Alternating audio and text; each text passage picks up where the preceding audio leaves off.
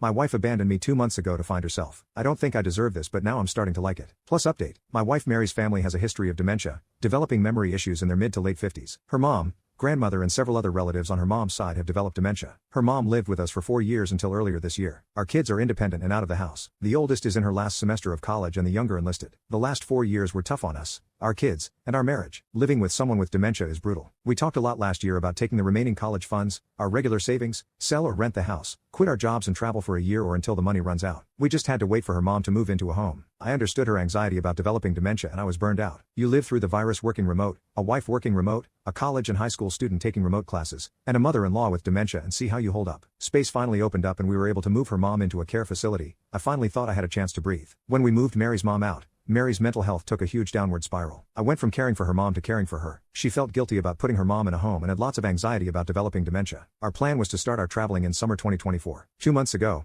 I got home, and she left a note. Basically, she was going on our trip without me. She had quit her job, took most of the savings, and wasn't sure when she'd be back. Maybe a year, maybe sooner. She knew I'd understand. Her location is turned off and my calls go directly to VM. I texted the kids a picture of the note. We have our own checking accounts for direct deposits of our paychecks, but we transfer most into a joint account to pay the household bills and savings. We both had access to our main savings account. We have joint credit cards we use for household expenses. The 2 cars and mortgage are joint. We both also have our own small savings accounts, our own retirement accounts and our own credit cards for gifts and fun things. I closed all joint cards and accounts. I waited a month to see if she'd come back. After receiving only one text the first month, I went to a lawyer. She basically said there was very little to do right now, other than change the beneficiaries of my retirement accounts and life insurance. It was only a month and there was no way to serve her papers. My lawyer advised me to keep paying the mortgage and the cars. The cost of trying to get a judge to approve the sale of joint assets was more than making payments. I didn't want to ruin my credit by letting one of our cars get repossessed, but I can't sell it because she's in the title. I get random texts and she sporadically posts on Instagram. I want to block her so bad, but my lawyer advised me that it's better to maintain a communication channel that's not through our kids. Her last post was from Hawaii. She put in the comments how great a husband I was for letting her take this trip. I'm barely making it, paying 2 cars, a mortgage, household bills, insurance, hoping there are no emergencies because I have no savings. And she's enjoying our trip. F her. I'm so pissed at her.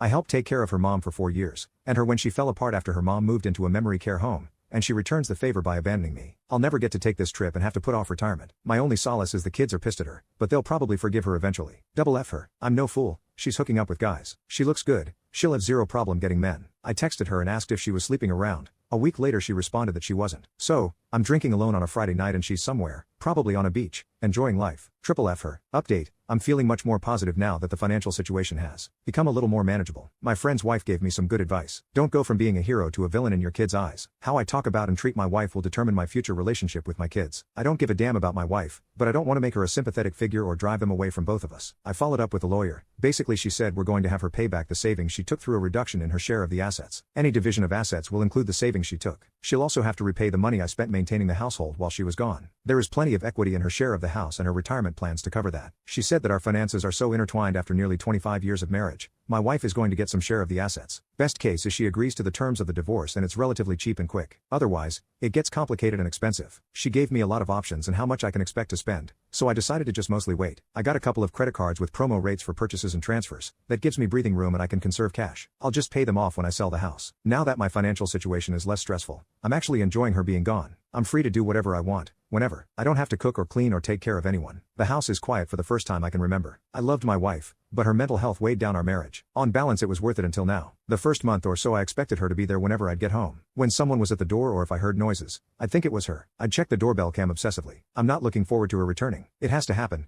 but when she comes back, I'll have to deal with her, the divorce, getting the house ready to sell, dividing all our stuff, finding a new place to live. I'm hoping she'll stay away until after New Year's, but my daughter said she thinks her mom will be home for Christmas. My lawyer will have papers ready to serve her. Hopefully she'll just agree to the terms and continue her travels.